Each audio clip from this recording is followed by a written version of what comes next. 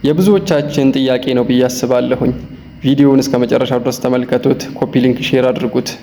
እዚህ ዱንያ ላይ ስንኖር በተለያየ አጋጣሚ ሸይጣን ያሳስተንና የወንጀል ባህር ውስጥ እንዘፈቃለን። ከተወሰነ ጊዜ በኋላ አላህ ድንገት ያነቃንና የተውበት በሩን ይከፍትልናል። ተውበት እናደርጋለን፣ ወደ አላህ እንመለሳለን። ተውበት አደረግን ብለን ደስ ብሎን የደስታ ህይወትን መኖር ስንጀምር አሁንም ድንገት እዛ ወንጀል ላይ እንወድቃለን። ሱብሃንአላህ።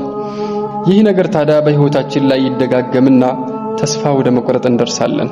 ታዲያ በዚህ ሁኔታ ላይ የነበረ አንድ ሰው ወደ ረሱል አለይሂ ሰላቱ ወሰላም ይመጣና ያ ረሱላህ አላቸው፣ አሐዱና ዩዝኒብ ثم يستغفر፣ አንደኛችን ወንጀል ይሰራና ለዛ ለሰራው ወንጀል ተውበት ያደርጋል።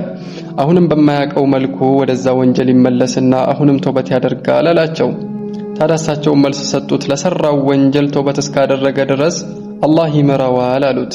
ሰውየው ታዲያ በመልሳቸው ተገረመና ኢላ መታ ያ ረሱላህ አላቸው። አንተ የአላህ መልእክተኛ ሆይ ይሄ ነገር እስከ መቼ ይቀጥላል? ሰውየው ወንጀል ሲሰራ አላህ ተውበት ማድረጉን እስከ መቼ ይቀጥላል አላቸው። እሳቸው ታዲያ አንድ ድንቅ የሆነ ነገር ተናገሩ። ኢነላህ ላ የመሉ ሐታ ተመሉ አንቱም፣ አላህ እናንተን ወንጀል እኮ ከመማር እኮ መቼም ቢሆን አይሰለችም እናንተ ተውበት ማድረግን እስከምትሰለቹ ድረስ አሉ ሰለላሁ ዐለይሂ ወሰለም። ያ ሰላም